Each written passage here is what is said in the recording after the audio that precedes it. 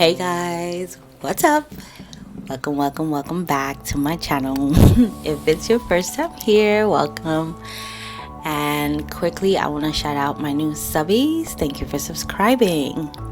And to my old subbies, thank you for commenting and thank you for liking my videos. I really appreciate everyone's support. Guys, I know I am late to the party, but there's just been so much out there. I really didn't know where to start, but I really wanted to give my 2 cents on Harry's interviews.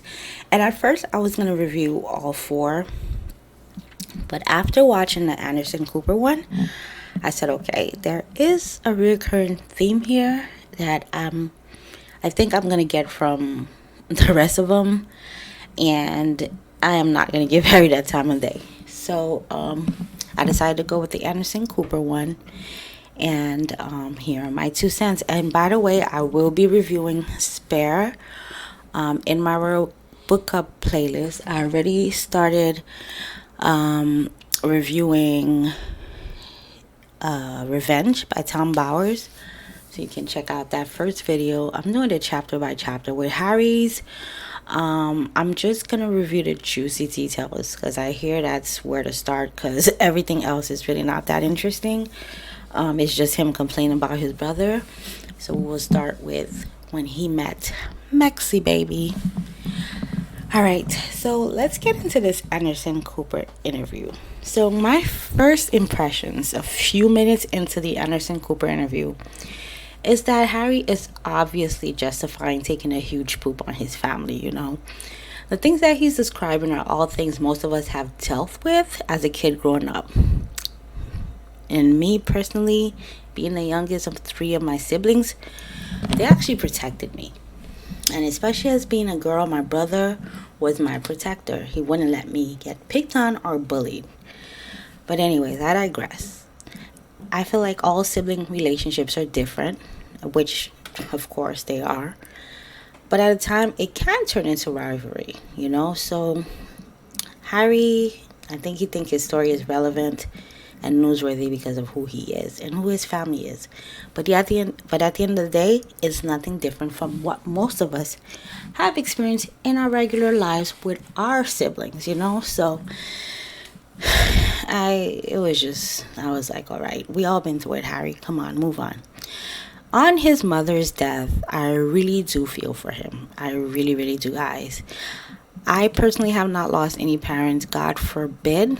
So I feel like I'm in no position to comment on this because everyone's feelings are their own, you know, and grieving is different for everyone. He was a 12-year-old child dealing with his mother's death in the spotlight, and he lost her so tragically, you know, and it must have been devastating. But I will say this though, it did happen to William. And again, Harry is his own person and may have his ways of dealing with grief, but I can almost certainly believe that both of these princes had access to the best therapy and grievance counselors to help them deal with the loss of their mother. So it seems that Harry never got over it. It's sad, but these are things you really have to deal with privately, you know. And I don't know, I really felt for him when he was talking about his mother, and I guess that's why he mentions her and talks about it. It does tear at the heartstrings. So there was a point when Anderson asked him if he's interested in opening the inquiry into his mother's death, because he still thinks it's the paparazzi, right? He still thinks it's the paparazzi that was at fault for killing his mother. But it was concluded that, you know, it was a result of the driver who was drunk and her unfortunately not wearing her seatbelt. So when Anderson Cooper asked him that, you know, he said no. He replied no. He said he doesn't think that anything will change what he believes. And I believed him. I think Harry is always going to believe what he wants to believe, and that is his own right. And paired with Meghan Markle enhancing those beliefs and her continuing to plant more things in his head, I think just amplifies his paranoia, in my opinion. So Harry goes on to say that his father doesn't hug him and show him any emotions.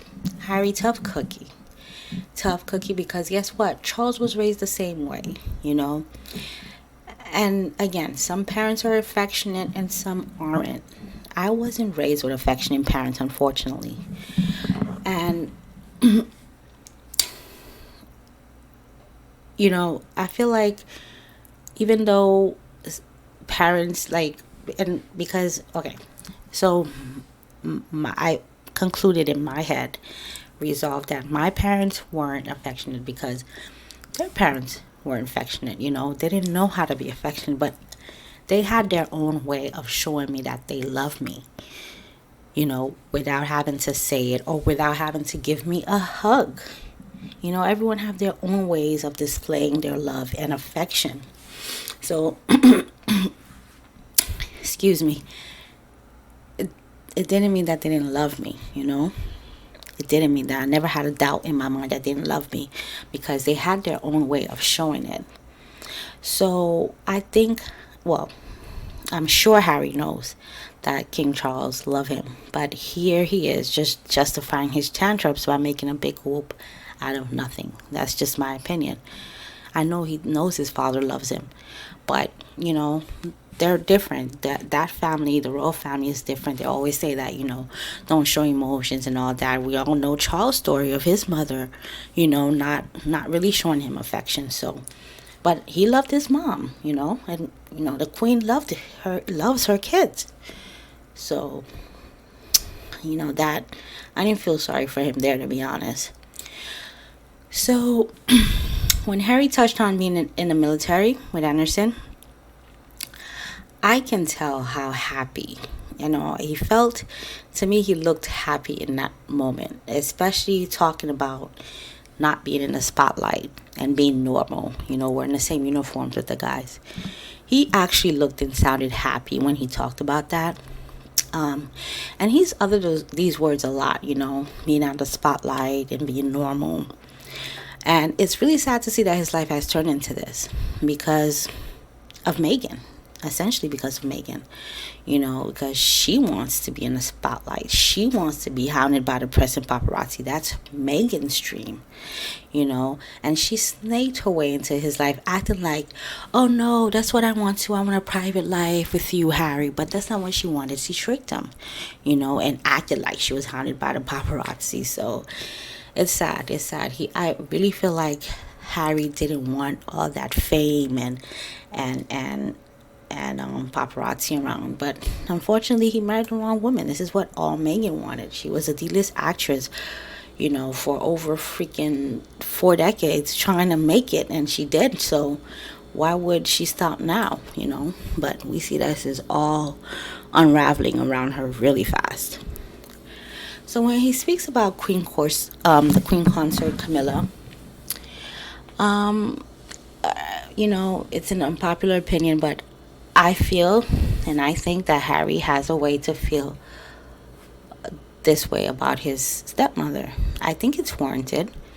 Again, it's his own feelings and it's his own experience. I wasn't there. No one was there. It's between them. But, and I say this because at the end of the day, she was kind of the woman having an affair with his father while his father was married to his mother, and ended up becoming his stepmother after his mother died. So I think he's allowed to feel some type of way, you know. I think it's validated. But why is he coming out with all this now? Harry did not feel this way about Camilla before. He said on camera years and way back when that him and his brother were happy that his dad was with Camilla. He said that, you know, she was a great stepmother. She made his father happy. He, you know, and they had no issues with her. So I don't know why this is all coming out now. So yeah. So he goes on talking about how about his family meeting Meghan Markle. Harry really cannot be mad about some people liking her and some people being skeptical about her. And now in hindsight, they had every right to be right. But like we've all experienced in our relationships, I know I certainly have, where you'll have some family members that like your partner, and you will not find some in my experience, it was my son. And I feel like the ones that are closest to you could feel what's coming, right? And in Harry's case, it was his brother, right? His brother had reservations about Meghan Markle, and now we could see why, right? So, and William's intuitions were spot on. Harry was lovesick, Harry was cookie whoop, and he couldn't see it, and still doesn't see what Meghan is about. Unfortunately, he's in too deep. Meghan has been snapping pics since their second date. She's been recording everything since their second date. She pursued him. She texted him after the first date and was like, hey, let's meet again. And she put it on him. Hey, it's not all her fault, but I'm just saying, And she started recording everything. And Harry gave her access to everything in such a short period of time. I feel like he felt like there was no point of no return. If he was ready to leave her, he couldn't. She had pictures, she had recordings, So there's that. That's just my opinion. I digress. Let's continue with the interview. So, on him and William's altercation. So this is Harry's account. Her recollections may vary. Quoting the late Queen's, recollections may vary. It's his version. He says, it's his one-sided story. But I'm really not gonna go into it. But if Big Willie decked you, then probably because he wanted to knock some sense into you, and he is not gonna let nobody disrespect his family, especially you, Harry. After everything that you and your family's been through, for you to let this chick to come in and talk to William's wife any way she wanted, to talk to William any way that she wanted. So yeah, if he punched you, you deserved it. Absolutely. Go William.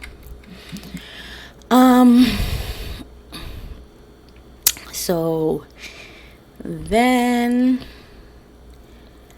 he's asked about relinquishing his title. And of course he says, what difference would it make? Harry, a huge difference. You guys use your titles in everything at every chance you get. It won't make any difference if Harry loses his title, because at the end of the day, he's the son of a king. Meghan, I'm almost certain it will hurt her. That's why Harry won't do it. Harry, I don't think care about it much, but he won't do it because of Meghan. Or he will not, of course, he won't relinquish it because of Meghan, because that's all she is.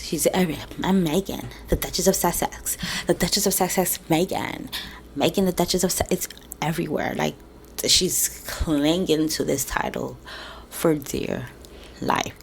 Harry, I don't think cares so much, because he is who he is at the end of the day. Nothing will change. But Meghan Markle, yeah, she will be nothing without it. I mean, at the end of the day, you just married a prince, and that's what validates your existence, I would say. But I digress. So then Harry claims that he will never leak things about his family. Well, first of all, Harry, you guys don't leak. You go full Monty. You guys do interviews, reality shows, you write books. No leaks necessary at this point. You guys unleashed the flood on the royal family. So I don't think Harry has leaked, but I know Meghan has definitely, most certainly have leaked things.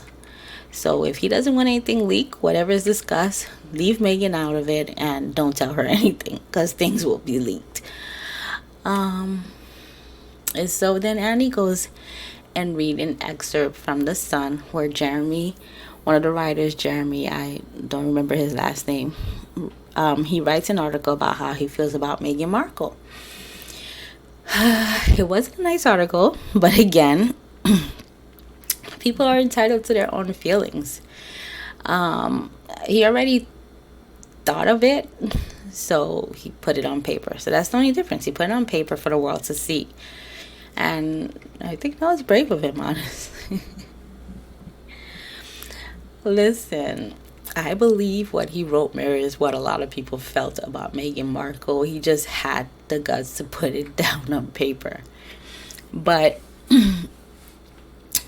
what shocks me more about it is not the article, or is that Harry actually thought that the palace would put out a statement to condemn the Sun article or the Sun think piece.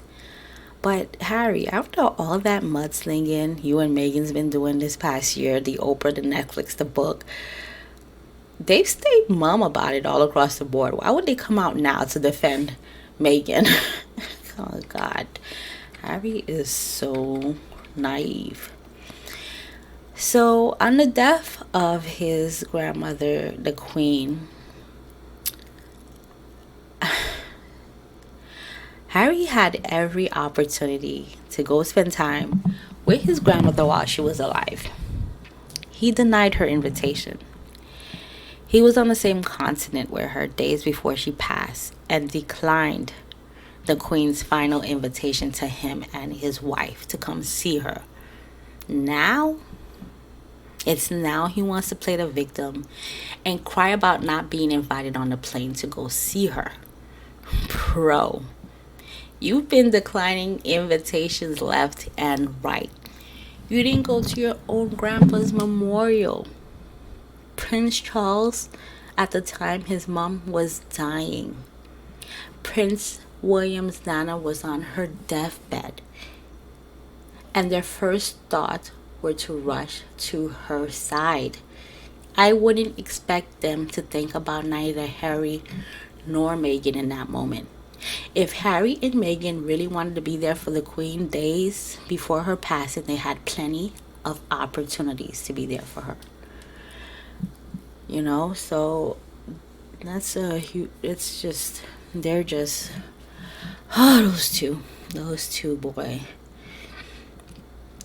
So then he says when he got there and his aunt asked him if he wanted to see his grandmother, you know, she had already passed. He says he had to think about it for a second. And I'm like, wow. And asked himself if it was a good idea to go see her. But yet you felt some type of way of them not inviting you on the plane. Guys, excuse me, I am a little congested. So, when he was asked if he was on speaking terms with his brother and William, I could really see a sadness across his face.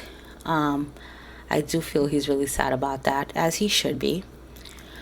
But then